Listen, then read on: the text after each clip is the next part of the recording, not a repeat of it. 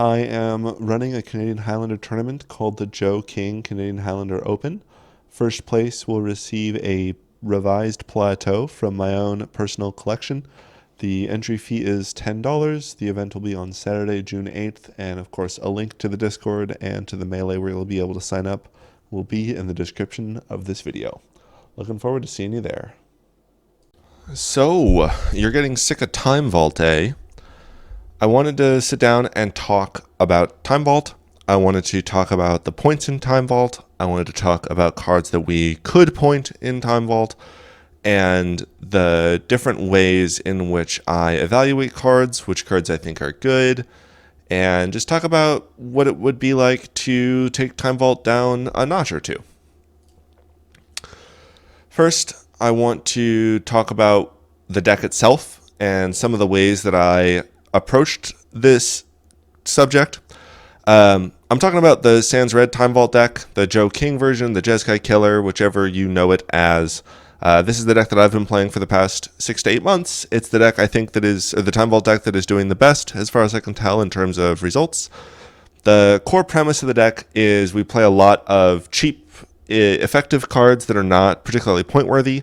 So the most efficient counter spells, efficient hand attack. We play a large density of artifacts. If you include artifact lands, there's about 30 of them in the deck. And these cards are not really worth points either. They are pretty exchangeable, they are replaceable, but they are necessary for the deck to function.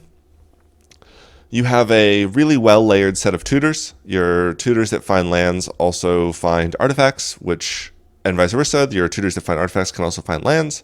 So you have good accessibility to all the cards you want through tutor chains if you have enough mana. And then I think the last component to this deck that is really worth talking about is that you have this sort of light sprinkling of fast mana with cards like Mox Diamond, Chrome Mox, Mana Vault, Lotus Petal, and that these cards are generally stronger in an artifact deck than they are in other decks because you have cards that pay off artifacts like Urza Saga and Larian Academy.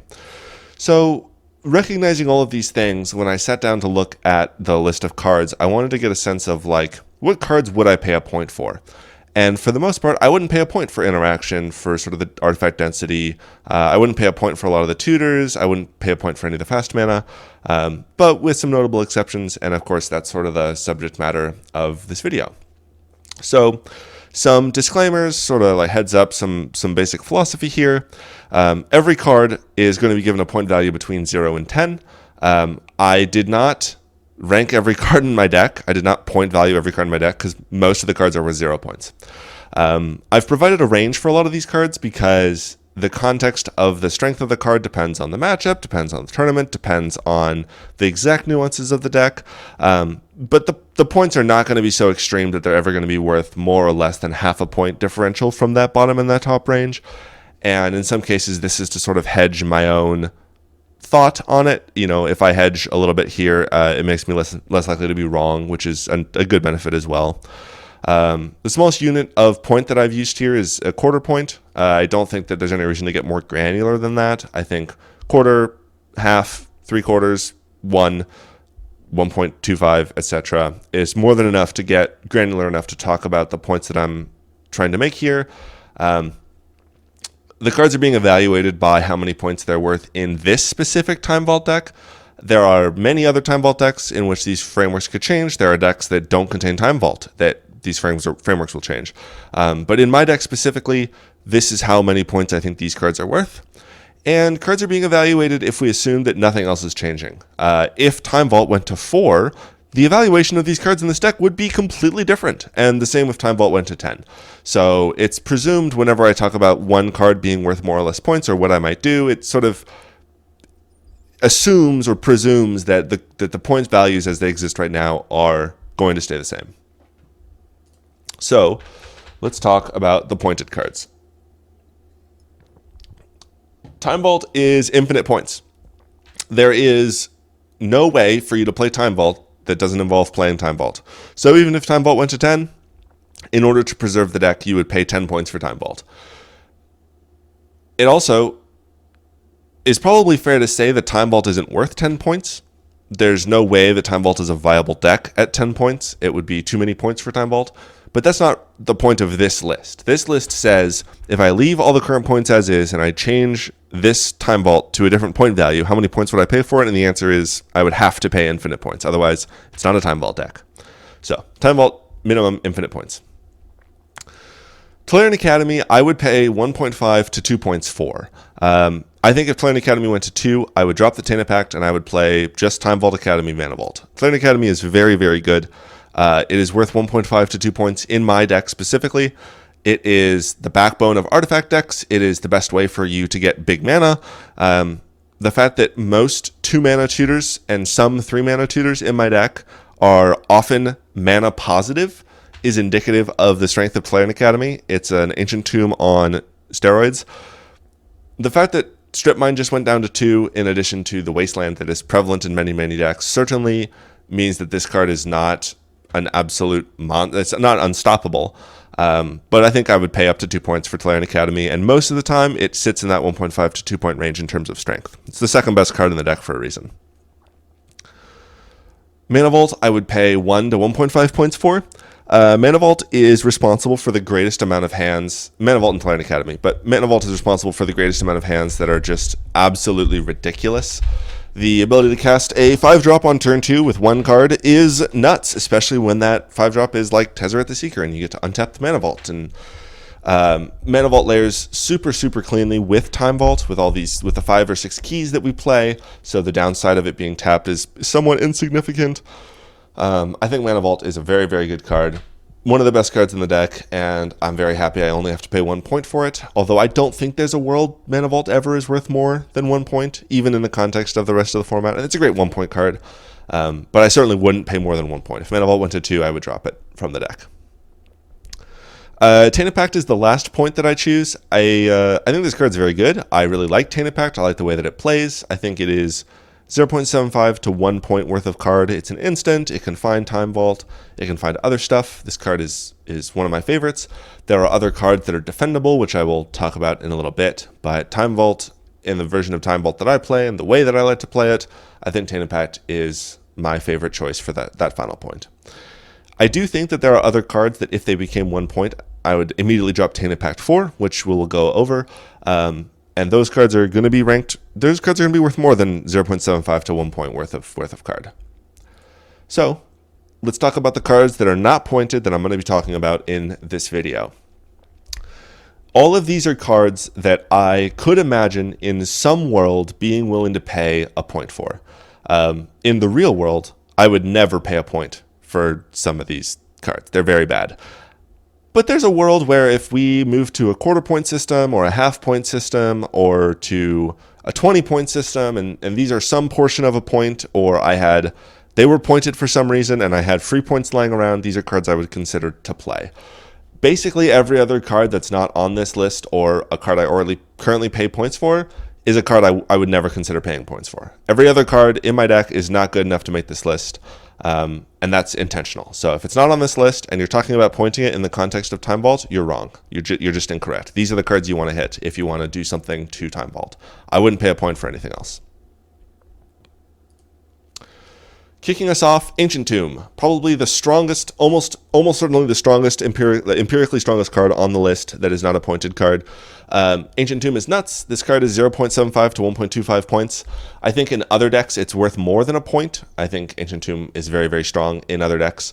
In this one, there's some downsides where it can really feel like a 0.75 point card, sometimes even less, where that 2 damage is just enough to kill you, especially against monsters. On the flip side, Ancient Tomb basically always has payoffs in this deck with so many colorless pips. So it's very hard for it to not lead to very explosive hands, and Ancient Tomb Talisman, untap land, 4-drop is still just a ridiculous line of play, especially if that 4-drop is like 4 mana Teferi, which untaps the Ancient Tomb and gains you 2 life, and untaps the Ancient Tomb's a really good card. If I had to pay a point for Ancient Tomb, I would. I'd probably drop Tainted Pact for it. But if Tezzeret Academy went to 2 and Ancient Tomb went to 1, I probably wouldn't be playing the Ancient Tomb. Mana Vault's better than this. The third best card in the deck, though, Urza Saga. I may have been a little aggressive on the format pointing for Urza Saga, 0.25 to 0.5 points. I do think that Urza Saga is a good card. in other decks, but it is 1 to 1.5 points in this, and it's not close. I don't think that Urza Saga is worth 1.5 points in terms of strength, but it's worth 1.5 points in terms of having a plan that is the Urza Saga plan. The fact that there is a land that is a threat is a plan unto itself. And if there was like any other land that did that, then we'd be talking about that land in the same context as Urza Saga. Urza Saga is kind of the only one that does it in this way. Like Dark Depths is not, it's not the same thing. Urza Saga is a land that is a creature threat and also tutors. This card's ridiculous. It's the third best card in my deck. And the fact that all of my land tutors find between 1 to 2 points worth of cards, and it can choose between Tezzeret Academy and Urza Saga and also a few other ones that I have, is really good. Urza Saga is a very, very good card. It's a part of the lands package. It's part of what makes green so justifiable in my mind. In this Time Vault deck, it's the third best card in the deck. Card's nuts. If Urza Saga went to 1 and Tezzeret Academy went to 2, that's my whole point spread right there. I would play Urza Saga over anything else. And I would certainly play Urza Saga over Mana Vault. That's one that I weighed back and forth on, but Mana Vault is so strong and so good, but Urza Saga is just a more important cornerstone of the deck. Mana Vault will slide in and fit in to any hand. Urza Saga is a hand unto itself. So I think that's what makes Urza Saga better in this deck than Mana Vault. The One Ring, the last card I think that I listed here that's better than Mana Vault. The One Ring is the best artifact grind plan, and it's not close, and it layers with Time Vault. This card is a multi-format all-star for a reason. It draws you obscene amounts of cards. In Time Vault specifically, the downside of losing life is often negated by the fact that you just go infinite, and there's like 6 ways to sacrifice artifacts in the deck, like as costs. Transmute artifact, reshape, even like Oko. The One Ring is great. I would not leave home without it. In the rest of the format, it's not really a point, even in like a Paradox Academy deck where, maybe it's worth more than 1 point in Paradox Academy, and I'm off here on the format points. But I think on average, this card, 0.25 to 0.75 points in every deck that's not an artifact deck, and obviously, of course, in Time Vault, 1 to 1.5 points. If the One Ring went to 1 and Urza Saga went to 1 and Tezzeret Academy stayed at 1, then I'd drop my Mana Vault to make room for this. Of course, Mana Vault's one of the best ways to cast the One Ring, and I'm very glad I get to play those 2 cards together, but I don't think that anything else can do what the One Ring does, and it is the last card on my list that's stronger than Mana Vault that I'd pay points for. When you have an A plus B combo, and you want to find those A plus B combos, you need tutors, and these are the 2 best tutors in my deck that are not Urza Saga, which is not a tutor for Time Vault, but is a very good tutor. Enlightened Tutor is 1 mana, find Time Vault. Transmute Artifact is 2 mana, find Time Vault. The next best, I think, is Reshape, which is 4 mana, find Time Vault. So in terms of mana efficiency, these are the 2 best, and it's not very close. Transmute Artifact I have ranked as slightly worse than Tainted Pact, actually, believe it or not. I think they're very close, and I legitimately don't know which I would play. But given the fact that I really like Tainted Pact, maybe I'm supposed to play that over Transmute. Maybe I'm supposed to play Transmute over Tainted Pact. I think they're very close. Enlightened Tutor, though, easily better than both. Enlightened Tutor finds all of the artifacts that you need for only 1 mana and at instant speed. And it finds Urza Saga, because it finds enchantments. Enlightened Tutor is a great card in this deck specifically, because it finds your A's and your B's for so ridiculously cheap. In the rest of the context of the format, Transmute Artifact, almost unplayable. Enlightened Tutor, slightly more playable, but also almost unplayable. There's not really any other decks that I know of that leverage Transmute Artifact, but I left it at 0.25 points because it's still a 2-mana tutor. And I'm sure there's reasons to play it in other decks. I don't know of them. Maybe it's good to transmute a Bad Egg to a Lotus or something like that. Enlightened Tutor, though, very good. Obviously good in Breachstorm, good in Slushy decks. Good in Paradox Academy, some Paradox Academy lists. So Enlightened Tutor, 0.25 to 0.5 points. But Enlightened Tutor, definitely one of the better options for this deck. And if you wanted to hit Time Vault, would be a decent choice, because I would definitely pay a point for Enlightened Tutor. Balance, similar to Enlightened Tutor and Transmute Artifact. Balance used to be on the points list, and I would be willing to pay potentially up to 3/4 of a point for this card. This is a really good asymmetrical board wipe, because this deck plays a few very good lands and a bunch of artifacts, And then all the other cards are the ones that you wipe. So Balance, very good card. There's a world where I would consider to begin paying a point for it. I don't think it's worth very much in many other decks. I know, things like Breach Storm or Reanimator that have a low density of creatures that do want to wipe the board sometimes will choose to play a Balance. Depends on the deck. But no, card's pretty good.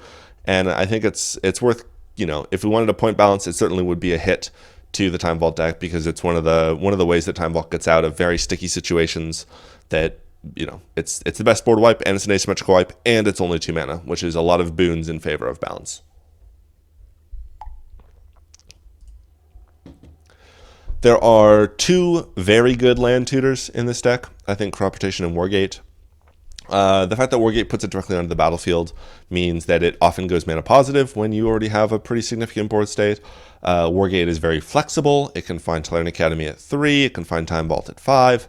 Wargate is great. It's worth nothing anywhere else, and it's not even worth that much here, but it's worth mentioning as in the context, and we'll get into this a little bit more with some of the even worse tutors, but Wargate is kind of like the second best land tutor next to Crop Rotation, and if you wanted to attack the lands package of the sort of Tolarian Academy or Urza Saga combo without attacking either of those two, hitting something like Crop Rotation or something like Wargate would make sense. It would make sense in terms of getting at the problematic ability of this deck to always find the lands it needs. I would definitely consider paying a point for Crop Rotation. The fact that I do just fine with other land tutors, even going as deep as Sylvan Scrying, indicates that I could probably suffer the loss of Crop Rotation. It's the best one, but there's a number of hands where I'm just I'm fine just paying 2 mana to go find my Academy or my Saga anyways. So the urgency of getting it into play with Crop Rotation, I think, is a little bit lower than it used to be, which is why I haven't put it as high as having a point. But I did rank it as slightly better than Balance, so it does have that going for it. Force of Will, this card's very good. It's a counterspell that protects your own combo. It's the only piece of interaction that is so powerful that we could talk about potentially pointing it. I don't think it's if this card went to 1 point, I would basically never play it. It's not worth a point to my deck. It might be a point to other decks. I know it's a card that's pointed in Australian Highlander, 7-point Highlander. But I wanted to mention it because when I was looking at the cards, I was would I be willing to pay a point for any of these pieces of interaction? And there's a world where I paid more than 0 points for Force of Will. It's just not a world where I pay 1 point for Force of Will. So this card's very good, and obviously we all know what Force of Will does, but I wanted to mention it as a card that if you took Force of Will away from us, it would not be an insignificant loss.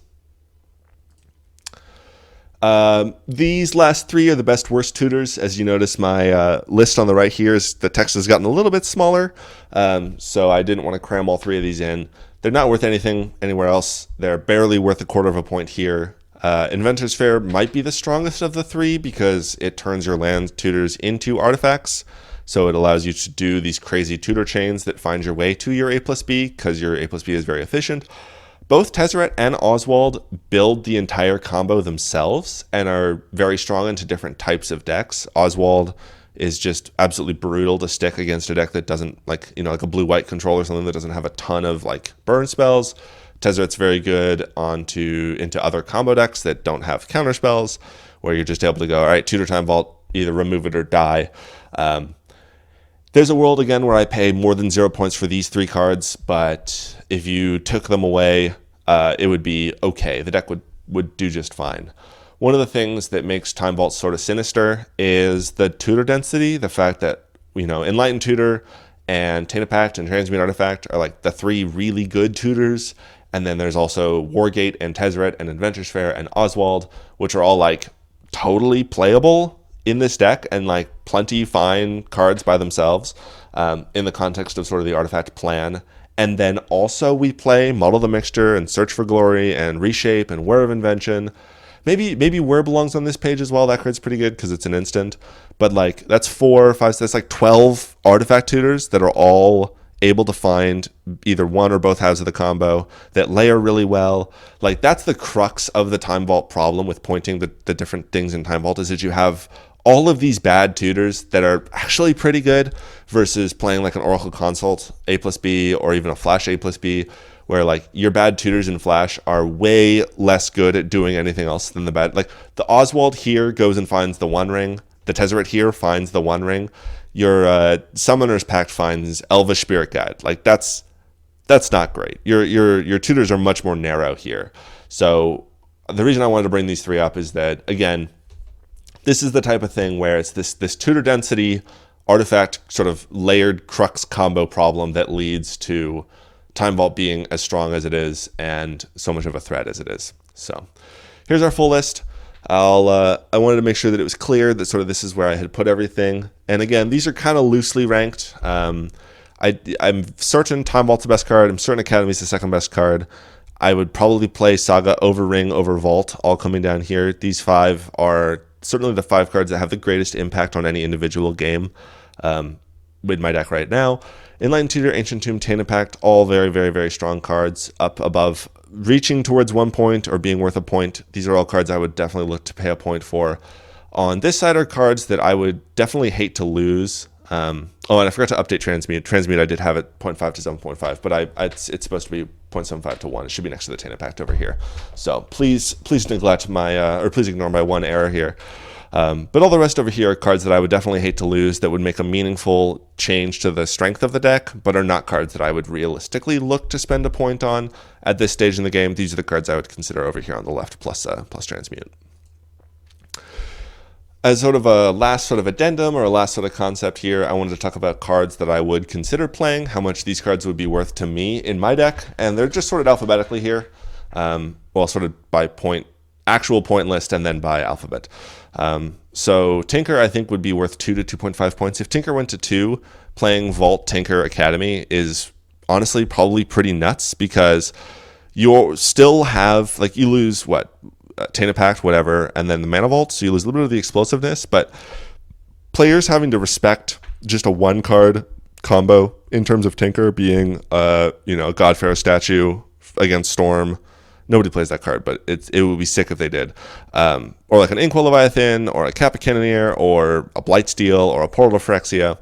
Like, having a one-card combo that just does so much in Tinker allows the deck to play Bring to Light again, which is great because it finds Wargate as well, and it finds a lot of your other pieces that find Time Vault. Tinker to 2, I'd probably play a Vault Tinker deck because of just how strong Tinker is, but I can't pay 3 points for Tinker. I need the Academy to have the explosiveness, to have the mana, to have the lands package. So Tinker's 2 to 2.5 points. I'd love to play it if I could. I'd drop all the other cards in my deck for it if I could, but I can't, and that's fine. Tinker doesn't need to go to 2. That's a good 3-point card. I definitely play a Vamp Tutor over Mana Vault. I guess, no, not Mana Vault. Maybe. I might play Vamp Tutor over Mana Vault. Vamp Tutor is very good. It's like Enlightened Tutor, but it finds anything, so it finds your Academy also. But just finding Academy, I guess, is probably not strong enough to justify it over Mana Vault, but Vamp Tutor is very strong, and I would play it if it was only 1 point, certainly over Tainted Pact. There's a bunch of cards in here that are just good blue cards. Like Dig Through Time, I think, is very strong for my deck. Gifts Ungiven, I think, is very strong for my deck. But neither of them are even close to being worth a point and aren't really worth talking about in that way. I think Imperial Seal is stronger than both of them because I just, like, tutors are so good in this deck. It's an A+B combo deck. Intuition, same thing. Although Intuition, I think, is a fair swap for Tainted Pact. If I wasn't playing Tainted Pact, I'd probably play Intuition. Almost certainly would play Intuition. I just like Tainted Pact a little bit more. Mana Drain's a half-point card. It's a great half-point card. It's not worth a point at all, but it's a great half-point card, and I would slam it in my deck if I could. Mystical Tutor, very bad, not worth a point at all unless it was 0 points, and I, ideally had a Tinker in my deck as well. Same with Treasure Cruise. I think Treasure Cruise is slightly stronger. I would, like, the thing with Dig Through Time and Cruise is that I play lots of these, cheap cantrips and cheap counter spells, and I would definitely play one or both of these in my deck if they were free. I think Dig is slightly better than Cruise because this is a combo deck. We are looking for critical mass of cards, so 2 out of 7 is better than just 3 raw, especially because Dig is an instant, and we like holding up 2 mana anyways. True Name Nemesis, probably not good enough, almost certainly wouldn't be played, but it blocks really, really well, which is kind of what Cryptic Coat does, so my thought is maybe I'd play a True Name Nemesis if it was free. Wishclaw is so good in that it turns your artifact tutors into tutors for like balance or counterspell. You can Wishclaw for force of will kind of thing, or if you have an extra artifact tutor because your vault is stuck in your hand, you can go find something like that. Go find a Wishclaw kind of thing. But, for the most part, I would play Wishclaw if it was free. It's almost worth a point because it does find the A plus Bs, but it's generally on average worse than Intuition or Tainted Pact, which is why I don't play it in my deck. So, closing thoughts. I think Time Vault's in a good place. I think that right now it's not too oppressive. It's certainly very, very strong. It certainly could take a point hit. I think that's one of the concerns that people would have, a reasonable concern for people to have about Time Vault, is that it's not easily hit. Tainted Pact is kind of a free roll point. It's not even worth a whole point in my deck sometimes. And so hitting a One Ring or an Urza Saga, which are the other best cards, or even a Tolarian Academy, we absorb that point hit pretty easily. Not that Tainted Pact is like a card that I'm just like, oh, whatever, I don't care if it's gone. Like, it's a good card, I want to play it. But if I didn't have to, I would be okay with that. So I think that means that it's hard to adjust Time Vault a little bit. You kind of have to hit it twice in order to make a measurable difference on its strength. Excuse me. On the flip side, I don't really like 8-point cards. I think that putting Time Vault to 8 would just not be fun. It's not cool. It isn't cause for innovation. It doesn't push people to brew stuff. Like, I think Recall at 8 is also tough. I think it's better to have these big point cards take up big chunks of points, but not too many points, because I want people to try to brew and play with different types of cards and cards that are of different strengths in different areas and different regions. And like, when you have these 8-point cards, you can't do that much with the remaining points, especially when it's a card like Tolarian Academy that's so strong with artifact decks. It's the issue with Thassa's Oracle being basically 8 points because Tainted Pact is 1. It's strictly incorrect to play Thoracle without Tainted Pact. Tainted Pact is so good. It's such a good card. So you basically have to pay 8 points for it, which means that the amount of decks that can do the Thoracle thing are very few. There's just not that many options you have available, and I don't like what that does to diversity. I like the idea of increasing other cards to 1 point so that these 8-point cards have a little bit of room to breathe, because they are cool, and people do like playing with their Recalls and their Time Vaults and their Black Lotuses and stuff like that. But in the same breath, I recognize it's hard to balance these big point cards, especially cards that are so powerful like Time Vault or like Ancestral Recall. And so sometimes you do have to push them up. I recognize if the council is like, Time Vault's just too good, it's just doing too much, we need to make it 8. Like, I get it. It's not interesting. It doesn't make me feel good about playing my deck. Like, oh, I have this cool point spread. Now it's like, well, there's a correct point spread and an incorrect point spread. And Time Vault to 8 does that versus anything else getting bumped to 1. Now there's some questions, there's some decisions to make, and I like that component of decision making. But hopefully this was like a useful video to think about Time Vault, to all of you Time Vault haters to think about the ways in which we want to be attacking this deck or to address the deck, at least specifically the Sans Red version. And yeah, thanks for listening. I hope you enjoyed, and there will be more to come, I am sure.